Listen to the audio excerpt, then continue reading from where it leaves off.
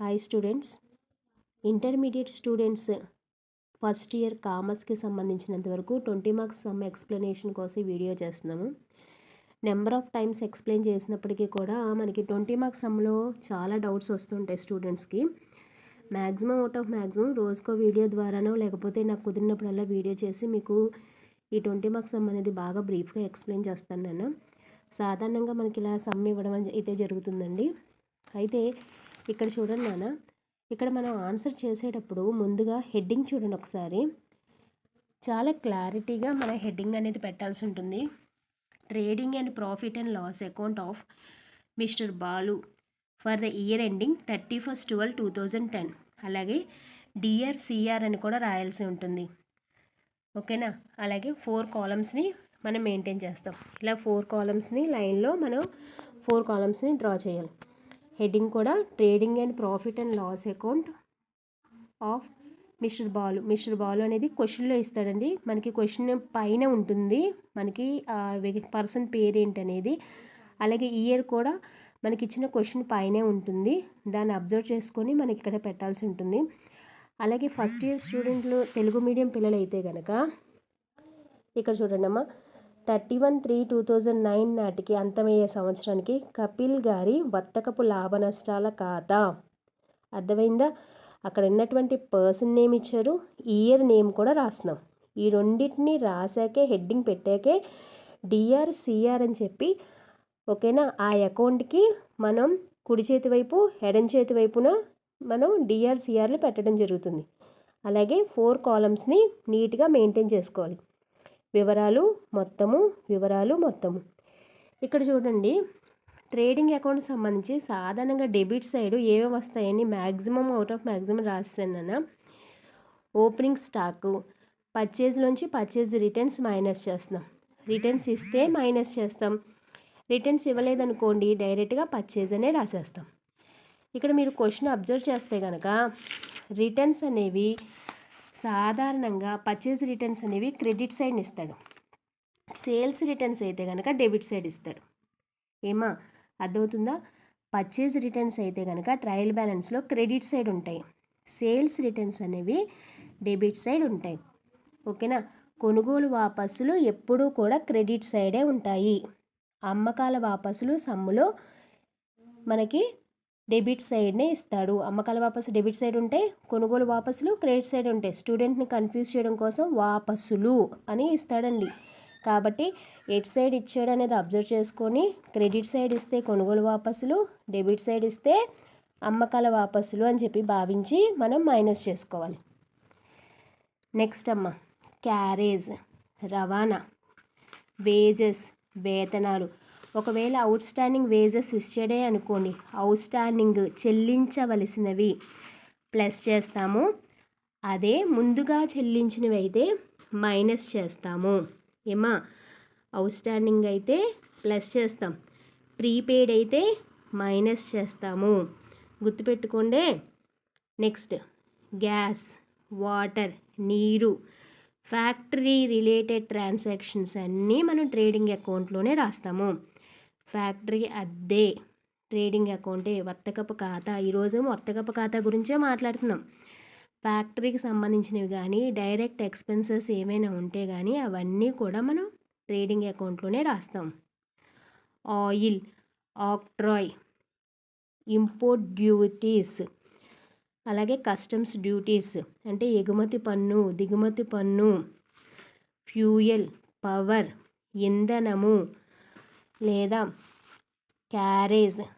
Carriage inwards, carriage on purchase, ఏదన్నా మనకి ఒకటే.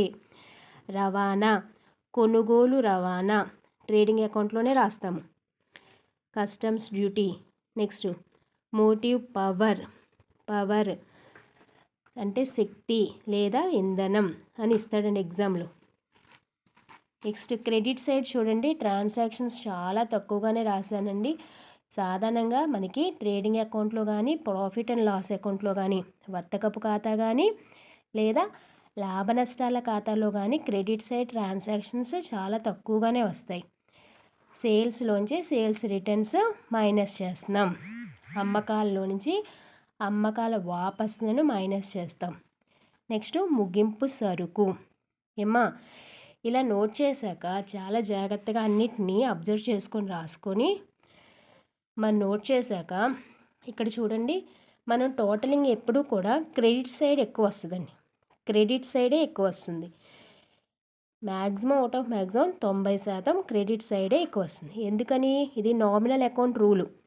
All expenses and losses are debited, all incomes and gains are credited. ఖర్చులు నష్టాలు debit చేస్తాము, ఆదాయాలు మరియు లాభాలను క్రెడిట్ చేస్తాము. ఏమా నామమాత్రపు ఖాతా రూల్ ఉంది కదండి. ఖర్చులు నష్టాలు డెబిటు, ఆదాయాలు మరియు లాభాలు క్రెడిటు. ఆ రూల్ ప్రకారంగా మనం దీంట్లో సాధారణంగా క్రెడిట్ సైడ్ తక్కువ ట్రాన్సాక్షన్స్ అంటే మనకి ఖర్చులు ఎక్కువగా ఉంటాయి, ఆదాయాలు తక్కువగా ఉంటాయి. కాబట్టి వాటిని మనం ఇక్కడ క్రెడిట్ సైడ్ తక్కువగానే చూపిస్తాం. కాబట్టి ఇది ఈ రెండింటిని మనం ప్లస్ చేసేసుకుంటాం డైరెక్ట్గా. ఇలాగా రఫ్లో మీరు ఈ విధంగా ప్లస్ చేసుకోండి. ప్లస్ చేసేటప్పుడు ఎప్పుడు కూడా స్టూడెంట్స్ స్టార్టింగ్ నుంచి రాస్తారండి. దానివల్లే మిస్టేక్ వస్తుంది. స్టార్టింగ్ నుంచి రాయకూడదు, నెంబరింగ్ లాస్ట్ నుంచి రాయండి. అప్పుడు లాస్ట్ నుంచి ఫస్ట్ నెంబర్ వేసేసుకున్నాక సెకండ్ నెంబర్ నుంచి లాస్ట్ నుంచి రాసుకుంటూ వెళ్ళండి. అలా జాగ్రత్తగా టోటల్ చేసుకుంటూ వెళ్ళండి. సో మనకి క్రెడిట్ సైడ్ ట్రాన్సాక్షన్ తక్కువే కాబట్టి 2,32,000 మనకి ఆన్సర్ వచ్చింది. అయితే ఇక్కడ డెబిట్ సైడ్ ట్రాన్సాక్షన్స్ చూడండి. డెబిట్ సైడ్ ట్రాన్సాక్షన్స్ కూడా జాగ్రత్తగా ఇలాగా ఒక పక్కన రాసుకుంటే రాసుకోండి. ఇలా జాగ్రత్తగా రాసుకొని ఒకదాని కింద ఒకటి జాగ్రత్తగా ఇలాగా టోటల్ చేసుకోండి.